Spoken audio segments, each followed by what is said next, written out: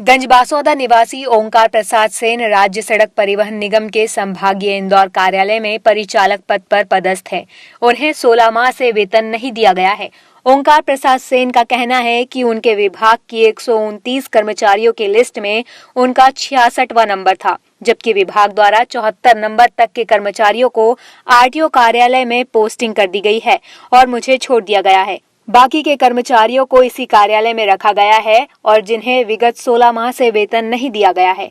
ओंकार प्रसाद सेन का कहना है कि उसे चौथा वेतनमान दिया जा रहा है, जबकि 7वां वेतनमान लागू हो चुका है। उसका परिवार इस समय आर्थिक तंगी से गुजर रहा है। उसके परिवार के हालात बहुत खराब होने की वजह से उसकी स्थिति सही नहीं है। वह पत्नी और 2 पुत्र और एक पुत्री के साथ किराए के मकान में रहता है।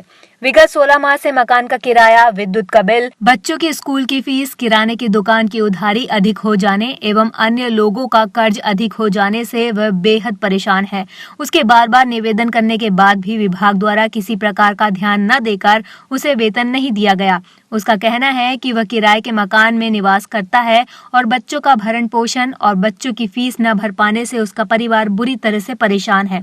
इस वजह से उसने प्रदेश के मुख्यमंत्री के नाम जिला कलेक्टर को विगत 30 जुलाई को एक ज्ञापन देकर पूरे परिवार सहित इच्छा मृत्यु की अनुमति मांगी है। उसका कहना है कि विगत 16 माह का वेतन दिलाया जाए और उसे दूसरी किसी विभाग में पदस्थ कर दिया जाए ताकि वह अपने परिवार का भरण पोषण कर सके, अन्यथा मुझे परिवार सहित इच्छा मृत्यु की अनुमति दी जाए। गंजबासौदा से ब्यूरो चीफ ओम प्रकाश चौरसिया की रिपोर्ट।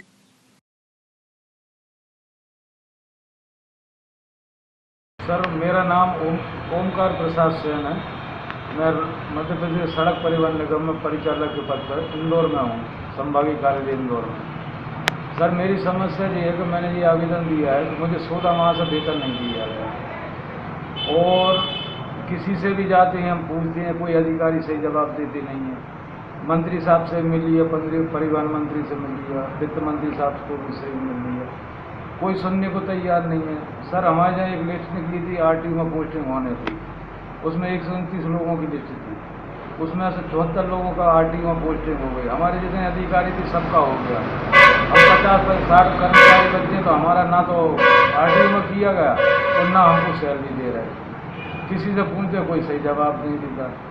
और सर, अभी प्रदेश में 7वां वेतनमान चल रहा है और हमको चौथा वेतनमान मिल रहा है। 18,000 वेतन बनती है, उसमें 1,800 रुपये कट जाते हैं ईपीएफ से। कटपट के 16-16.5 हज़ार मिलते हैं, तो कोई 16 महीने से नहीं मिलते। आपके परिवार में कौन कौन है? मेरे परिवार में 3 बच्चे हैं और दोनों हमें पति पत्नी हैं। मैं किराए के मकान में रहता हूँ सर, ना मेरे घर का मकान है, और मैं किराए के मकान में रह रहा हूँ। मैंने किराया नहीं दिया 15-16 महीने से मकान मालिक को। तो अभी क्या आप गुजारा कैसे कर रहे हैं आप? गुजारा सर उधार लेकर कर रहे हैं। मैंने 2 बार EPF से पैसा निकाला, अब बाजार से पैसा उधार ले लिया। अब किराने वाले ने किराना भी देना बंद कर दिया। बाजार में मैं निकलता हूँ तो सर मुझे शर्म आती है, लोग बाग टोकते हैं, बाजार में नहीं निकल पा रहे हैं। तो आप क्या चाहते हैं अभी आप? हम चाहते थे हैं कि सर हमारा जो 16 महीने की वेतन दे दी जाए और हमारा जैसे दूसरे लोगों का पोस्टिंग हुई है आरटीओ में, वो हमारी पोस्टिंग हमारी कर दी जाए। और जिले स्तर पर सब बोला है कि जिले स्तर पर पोस्टिंग करेंगे, तो जिले स्तर पर अपनी पोस्टिंग हो जाए। हम अपना काम करने की तैयार हैं सब। जब 32-33 साल से हम नौकरी कर रहे हैं, काम कर रहे हैं, तो हम इससे समय बचा वो भी नौकरी करना चाहते हैं। हम ये तो चाहते नहीं कि हमें फ्री का मिले या कहीं से मिले। और सर, मदद तो हमें ऐसी चाहिए नहीं, हम तो जो हमारा अधिकार बन रहे हैं हम वही मांग रहे हैं। अब मेरी ये पोजीशन है सर, बाजार में नहीं निकल पा रहे हैं, मुझे बाजार में ही पैसा देना है। अब वो चौथा वेतनमान दे रहा है तो वो भी टाइम से नहीं मिल रहा साहब 16 महीने से। मेरी क्या हालत है ये मैंने तो कलेक्टर महोदय को आवेदन दिया था कि सर अगर मेरी सुनवाई हो जाए कहीं से भी तो ठीक है, नहीं तो मैं परिवार सहित आत्महत्या कर लूँगा।